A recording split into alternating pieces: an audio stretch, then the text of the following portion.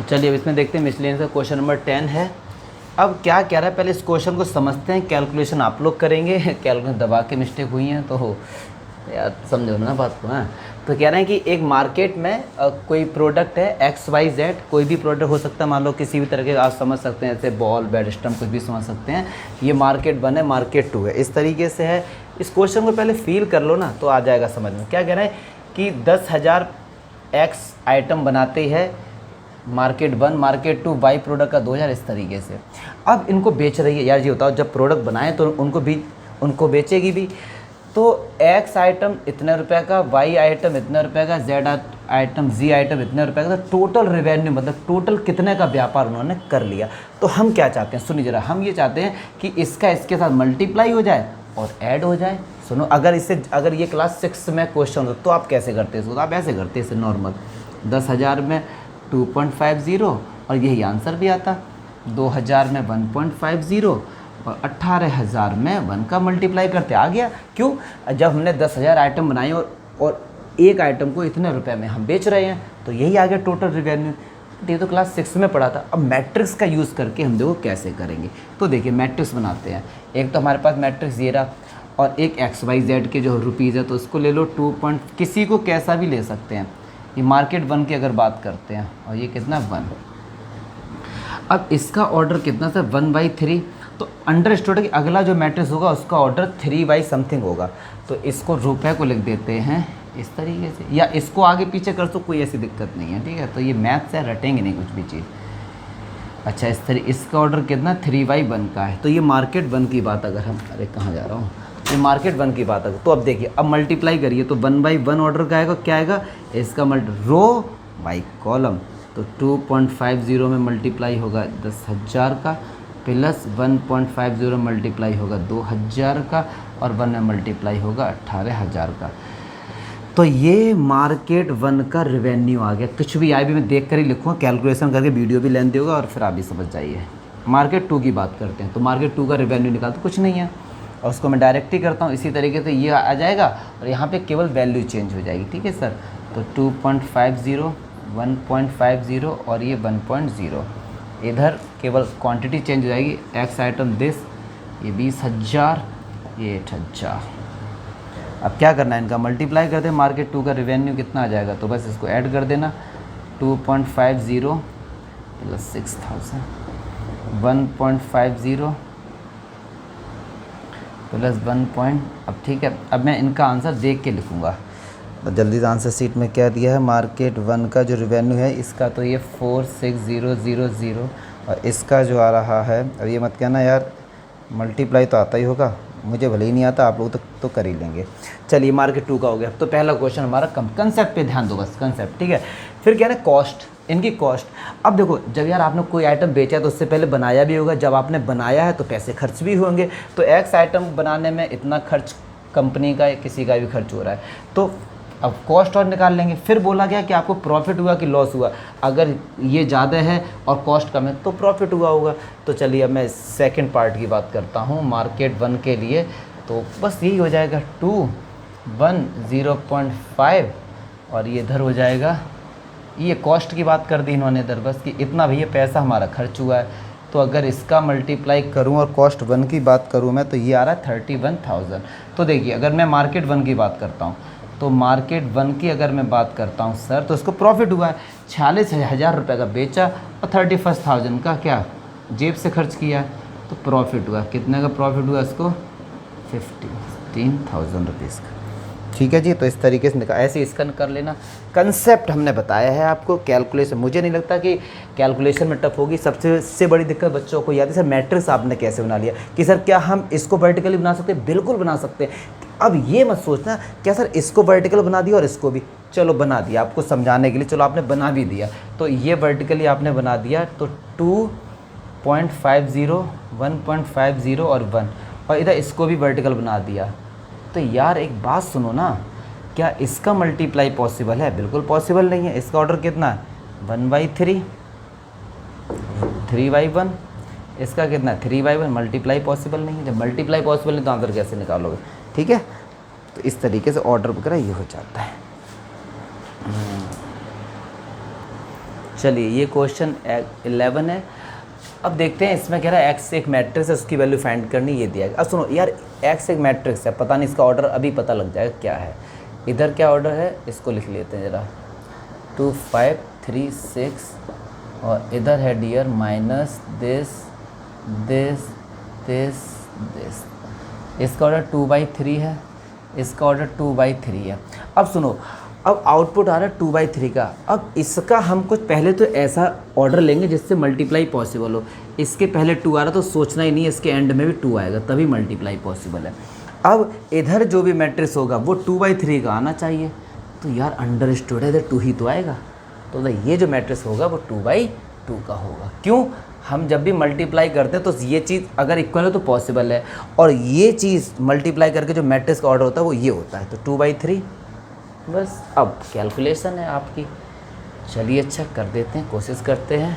Row by column, तो ए का 1 में ए प्लस बी 4b कैसे लिख दिए, row by column 2a plus 5b, row by column 3a plus 6b, row by column c plus 4d, 2c plus 5d, 3c plus 6d। अब यार केवल और केवल कैलकुलेशन है, कंपेयर कर देना, ठीक है डियर। तो चलिए a प्लस 4b किसके इक्वल है, -7 के, और 2a प्लस 5b किसके इक्वल है, -8 के। तो कर दो भाई।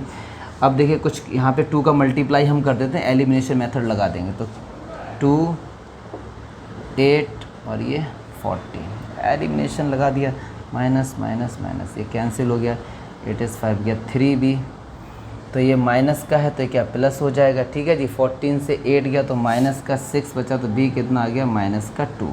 अब b की वैल्यू यहाँ पुट कर देंगे, a आ जाएगा। ऐसे ही यार इसको रख दो इसके बराबर, इसको रख दो ये सब रख दीजिए, और a b c d की वैल्यू आ जाएगी। मुझे नहीं लगता कि इसमें कोई डाउट होना चाहिए, ठीक है। b -2 आ गया, थैंक गॉड, कैलकुलेशन एकदम ठीक है, कोई माइनस प्लस की मिस्टेक नहीं हुई है। b की वैल्यू पुट कर देंगे तो इस तरीके से a b c d आ जाएगा। अब जो क्वेश्चन है वो मज़ेदार क्वेश्चन है, मोस्ट इम्पॉर्टेंट क्वेश्चन है, जिसका बच्चे बहुत इंतज़ार करते हैं। इसका मीनिंग समझा दूं पहले कि a और b स्क्वायर मैट्रिक्स, केवल डाटा लिखता हूँ, पूरा क्वेश्चन नहीं लिखा है। a और b स्क्वायर मैट्रिक्स हैं सेम ऑर्डर का, a b बराबर b ये हमको गिवन है। तो चलिए हमको गिवन है तो हम पहले उसको लिखते हैं, हमको गिवन क्या है। हमसे ये बोला गया कि भाई आपको हमने ए बी बराबर बी ये दे दिया गया, मतलब ए और बी क्या कम्यूट है। ये थोड़ी मैथ्स की लैंग्वेज समझिए। कह रहे हैं ये प्रूफ करो पीएमआई का, फर्दर दिस। अब यहाँ पे बड़ा मीनिंग छुपा हुआ है। कह रहे हैं इसको प्रूफ करो फिर इसके आगे ये प्रूफ करना। मतलब क्या हुआ, जब ये प्रूफ कर दोगे तो इसका जो कंसेप्ट है, इस क्वेश्चन का जो भी कंसेप्ट है, हम उसका यूज़ करके इसको प्रूफ करना चाहते हैं। ये है इसका मीनिंग। मतलब ये हम पहले प्रूफ करेंगे, फिर इसका जो भी कंसेप्ट है उसका अगर रिक्वायरमेंट होती है इसको प्रूफ करने में तो हम वो भी कर सकते हैं। तो चलिए पी एन वाला क्वेश्चन है, तो चलिए पहले इसी की हम बात करते हैं। तो ये हमको पी एन स्टेटमेंट होता है, तो इस तरीके से लिखते हैं पी एन। एन इसलिए लिख देते हैं, आपको 4th चैप्टर क्लास 11 में पता होगा। मैं स्टेटमेंट होता है तो फॉर एन इक्वल्स टू 1। अब वही क्वेश्चन 1 से क्यों स्टार्ट किया, क्योंकि नेचुरल नंबर सबसे छोटा 1 होता है। तो चलिए रखिए, अच्छा P1 AV1 equals to B1A, तो AB बराबर BA। हाँ जी बिल्कुल सही है, क्यों, ये तो दिया गया है। तो it is true for n equals to 1। फिर PK के लिए क्या लिखते हैं यार, वो सब लिख दिया करो। Let assume it is true for n equals to K। K के लिए ट्रू होगा तो PK क्या हो जाएगा, ए बी की power k equals to B की पावर के ए। फिर लिखते हैं वी शैल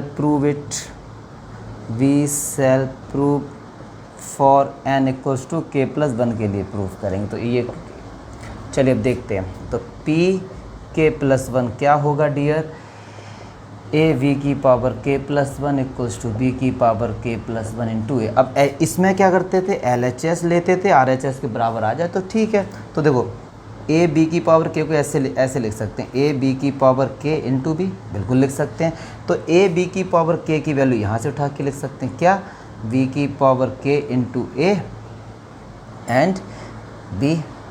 क्योंकि देखो ना ए बी की पावर के की जगह ये वैल्यू पुट कर सकते हैं। अच्छा अब ऐसे मत कर देना, बहुत से बच्चे सोचें ए बी या बी को इस तरफ लिख दें, ऐसे मैट्रिक्स में नहीं होता कि 2 इंटू 3 3 इंटू 2 ऐसा नंबर होता है, मैट्रिक्स में नहीं होता। लेकिन ए बी बराबर कुछ दिया गया, बी ए दिया गया, तो बस यहाँ पे हम क्या लिख देंगे बी के और बी ए, तो ये क्या हो जाएगा बी की पावर के प्लस 1 इंटू ए, और देखो यही लाना था, तो मैं क्या लिखेंगे L H S equals to R H S. मतलब पहला वाला तो हमने प्रूफ कर दिया, बहुत सिंपल था। पहले वाले में कोई भी डाउट नहीं, दूसरे वाले में तो और भी नहीं होगा। सब चमक रहा है आपको, वेरी गुड, सब चमक रहा है, मुझे नहीं लगता। फिर यहाँ पे लिख देना using P M I it is true. चलिए अब इसको देखते हैं, इसका यूज़ होगा कहीं ना कहीं, देखते हैं। तो यार हमारे पास पी एन दिया गया है ए वी की पावर एन, ए की पावर एन, बी की पावर एन। तो चलिए फॉर एन इक्वल्स टू 1, तो P one A B equals to A B, सही बात है, एन की जगह 1 रखो तो ये आ जाएगा it is to A B बराबर ए बी होता है true for N equals to 1। ठीक है सर, अब वही रटी हुई line, let assume it is true for, हम लोग ये एज्यूम करते हैं कि के पर ये क्या होगा ट्रू होगा, फिर के प्लस 1 पे हम लोग प्रूफ कर देते, दिखा देते हैं, यहाँ पे एज्यूम कर लेते हैं। इट विल बी पी की सब कंसेप्ट 11th क्लास का है, ए की पावर के इंटू बी की पावर ए। तो now we shall prove it for N equals to K plus 1। तो चलिए सर पी एन को के प्लस 1 से रिप्लेस कर देंगे, ए वी की पावर के प्लस 1 इक्वल्स टू ए की पावर के प्लस 1 इंटू बी की पावर के प्लस 1। अभी तो कुछ नहीं चला, लॉजिक अब आएगा। इसको लिख सकते हैं A B into A B की पावर के, कैसे भी कर दो कोई दिक्कत नहीं है। तो देखिए ये ए बी हो गया। अच्छा ए बी की पावर के की वैल्यू क्या दी गई है, क्या दिया गया ए की पावर के इंटू बी की पावर के। मुझे नहीं लगता यहाँ तक कोई भी डाउट होना चाहिए। अब ऐसे आप लोग जो नॉर्मल लोग सोच रहे होंगे कि सर इस बी को इसके पास लेके आ जाओ, बी की पावर के प्लस 1, इस ए को इसके पास लेके आ जाओ, ए की पावर के प्लस 1, हो गया प्रूफ, नंबर मिलेंगे 0। तो बेटा क्यों ये मैट्रिक्स ऐसे नहीं कर सकते डियर। अब देखो फंस गए यहाँ पे आगे, लेकिन क्वेश्चन ने क्या बोला कि इसका जो प्रूफ करेंगे इसका यूज़ करके, तो देखिए कहीं ना कहीं पे हमको मिलेगा और कुछ ज़रूर मिलेगा। देखिए एक बी की पावर ए की पावर के है हमारे पास, ए की पावर के कहीं नहीं हमारे पास। अब हम लोग कहीं ना कहीं इसका यूज़ करके जुगाड़बाजी करेंगे। तो देखिए हमने पहले क्या किया, पहले मैं आपको बता दूं कि ए बी की पावर के की जगह ये लिख दिया। एक बात बताओ, क्या हम ए बी को बी ए लिख सकते हैं? बिल्कुल लिख सकते हैं, मुझे नहीं लगता कि इसमें कोई डाउट होना चाहिए, बिल्कुल लिख सकते हैं। ए की पावर के इंटू बी की पावर के, मुझे नहीं लगता यहाँ तक आपको कोई भी डाउट होना चाहिए। अब देखते हैं आगे कहीं किसी का कोई यूज़ हो रहा है या फिर नहीं हो रहा है। देखिए हमने ए बी को बी ए कर दिया, तो ये तो हमारा क्या हो गया, ए की पावर के प्लस 1 हो गया। लेकिन बी हमारा यार फिर भी अभी भी दूर जा रहा है। तो अब यहाँ कहीं पे लॉजिक लगाएंगे, तो क्या लॉजिक लगाएंगे उसको हम लोग देखते हैं। एक चीज़ और कर सकते हैं, अगर आपको सिंपल बनाना तो देखो यहाँ पे एक काम कर देना कितना सिंपल हो जाएगा, मैं उससे भी बता दूंगा। अगर मैं इसको ऐसे लिखूँ ए बी की power K into A B, देखना ज़रा ध्यान से, तो क्या ए बी की पावर क्या हो जाएगा, ए की पावर के बी की power K into A B. अब देखिए बी की पावर के ए, क्या मैं इसकी ज़रा जगह ये लिख सकता हूँ? लिख सकता हूँ, क्यों? इसका यूज़ करके हम कर रहे हैं। तो देखिए इसकी जगह पे फ्रॉम इक्वेशन फर्स्ट यहाँ पे लिख देंगे ए की पावर के है, यहाँ पे लिखेंगे ए बी की पावर के इंटू बी, और देखिए अगली ही लाइन में आंसर आ गया। यहाँ पे लिख देना फ्रॉम, कितना सिंपल हो गया, फ्रॉम इक्वेशन फर्स्ट। ठीक है सर, ये हो गया, तो यहाँ पे लिख देंगे बस कि LHS इक्वल्स टू RHS। मतलब हमने क्या किया, इसका यूज़ करके यहाँ ये वैल्यू हमने पुट कर दी। अदरवाइज तो इनडायरेक्ट हम ये भी बोल सकते हैं कि अगर ये होगा तभी ये होगा, ये अकेला नहीं हो सकता। कि आप सोचो कि अकेला हो, बिल्कुल नहीं, जब तक ये नहीं होगा तब तक ये भी नहीं होगा। तो ये अच्छा क्वेश्चन था, इसका हमने इसका यूज़ करके, इस कंसेप्ट का यूज़ करके यहाँ पर हम लेके आए। मुझे नहीं लगता कि इसमें कोई भी डाउट होना चाहिए, सिंपल कर दिया। अगर वैसे भी आंसर आ जाता, अगर आप लोग वैसे भी कर सकते हैं, ठीक है, ऐसा नहीं है कि, लेकिन मुझे लगा इससे करके बहुत सिंपल हो जाएगा। क्वेश्चन नंबर 13 देखते हैं, देखने में तो सिंपल लग रहा है। क्या कह रहे हैं कि ए जो है वो alpha beta gamma minus alpha. तो ये कह रहे हैं कि ए स्क्वायर किसका, आई के इक्वल। तो 4 ऑप्शन दिए हैं, तो देखते हैं। चलिए मल्टीप्लाई, कहना का मतलब multiply, alpha beta gamma minus alpha. चलिए मल्टीप्लाई करेंगे, alpha beta gamma minus alpha. I 1001 क्यों लिया, क्योंकि ये 2/2 ऑर्डर का ही है। चलिए मल्टीप्लाई कीजिए, alpha square plus beta gamma, इसका इसमें alpha beta minus beta alpha cancel ही हो जाएगी। तो अल्फ़ा स्क्वायर, इसका इसमें रो बाई कॉलम, तो ये क्या है अल्फ़ा गामा, और ये क्या हो जाएगा माइनस अल्फ़ा गामा, कैंसिल ही हो जाएंगे। इसका इसके साथ करेंगे तो beta gamma plus alpha square. तो देख रहे होंगे आप ऑटोमेटिक ही ये तो जीरो ही हो गया, होंगे भी जीरो क्योंकि ये कंपेयर कर, तो ये इसके बराबर हो गया या ये इसके बराबर हो गया, बात तो एक ही है, कंपेयर कर दिया ऑन कंपेयरिंग। ठीक है जी, alpha square plus beta gamma equals to 1, ये सब उस तरफ ले जाओ, तो 1 minus alpha square minus beta gamma equals to 0, या इसको इधर लेकर आ जाओ, कोई दिक्कत नहीं है। ऑप्शन देखो कौन सा मैच कर रहा है। 1 प्लस पहला तो हो नहीं सकता, दूसरा भी नहीं हो सकता, तीसरा है, हाँ जी बिल्कुल है तीसरा। ठीक है, अच्छा अब देखते हैं इसी में 14th क्वेश्चन। कह रहे हैं कि जो एक ए इज़ बोथ, एक ऐसा मैट्रिक्स है जो सिमेट्रिक मैट्रिक्स भी है, मतलब A dash equals to A B है और A dash equals to minus A B है। तो बताइए कि ए क्या है फिर। चलिए देखिए, अच्छा ए डैश ए बी है, ए डैश माइनस ए बी है, तो जब ये इक्वल है तो ये भी इक्वल हो गया, मतलब ए बराबर माइनस ए हो गया, ये इधर आएगा 2a इक्वल्स टू 0 हो गया, तो ए बराबर 0/2 मतलब 0। तो ए कौन सा मैट्रिक्स आ गया, 0 मैट्रिक्स आ गया। सही बात है, 0 होगा ऑप्शन में, बिल्कुल है ऑप्शन में 0 मैट्रिक्स, बी आंसर हो जाएगा। फिर से देखिए, कह रहे हैं कि एक ऐसा मैट्रिक्स है जो कि क्या है सिमेट्रिक भी है, इसकी सिमेट्रिक भी है, तो जब ये बराबर हैं तो ये भी बराबर होंगे, तो ये हमारा हो जाएगा। अच्छा ठीक है, 15 देखते हैं। चलिए लास्ट क्वेश्चन है, आज मिसलेनियस भी कंप्लीट, फिर जल्दी से डिटर्मिनेंट। देखिए ये है, अब इसके ऑप्शन देखते हैं। ये ए स्क्वायर बराबर ए दिया गया है, तो वैसे तो कायदे में जो मैट्रिक्स की जितनी भी पावर होती है उनका डायरेक्ट हम लोग फॉर्मूला ओपन नहीं करते हैं, डिस्ट्रीब्यूटिव प्रॉपर्टी लगाकर ही सॉल्व करते हैं। वैसे कायदे में जो रूल होता है, जैसे आई प्लस ए की पावर क्यू का अगर आप ए प्लस बी की पावर क्यू का फॉर्मूला ओपन कर देंगे आंसर तो भी आएगा, लेकिन मैथमेटिकली थोड़ा सा वैसा माना था कि हर जगह एप्लीकेबल नहीं होता है वो। ठीक है, तो कायदे में जो मल्टीप्लाई बोला गया है उसका हम लोग मल्टीप्लाई करते हैं, जैसे ए स्क्वायर होता है ना, तो उसको हम लोग ए इंटू ए लिखते थे। ठीक है, तो यहाँ पे आप डायरेक्ट भी कर दो, या फिर पहले आई प्लस ए है या प्लस है ना, तो आई प्लस ए का कर दो, बाद में फिर उसके साथ इसका कर दो, या डायरेक्ट कर दो। आंसर ऑब्जेक्टिव है तो कौन सा देख रहा है, डायरेक्ट भी कर सकते हैं। A cube plus B cube plus 3ab bracket में a प्लस बी माइनस का 7। अब तो क्यों ऐसा बोला गया कि वो क्यों नहीं, आंसर कभी कभार गलत है, तो a क्यूब है। अगर आप अलग अलग करते i प्लस ए का और i प्लस ए का करते तो आपको a स्क्वायर मिलता, और a स्क्वायर की जगह आप लोग a पुट कर सकते थे। यहाँ पे भी करने को i क्यूब तो i होगा, 1 का क्यूब 1 ही होता है।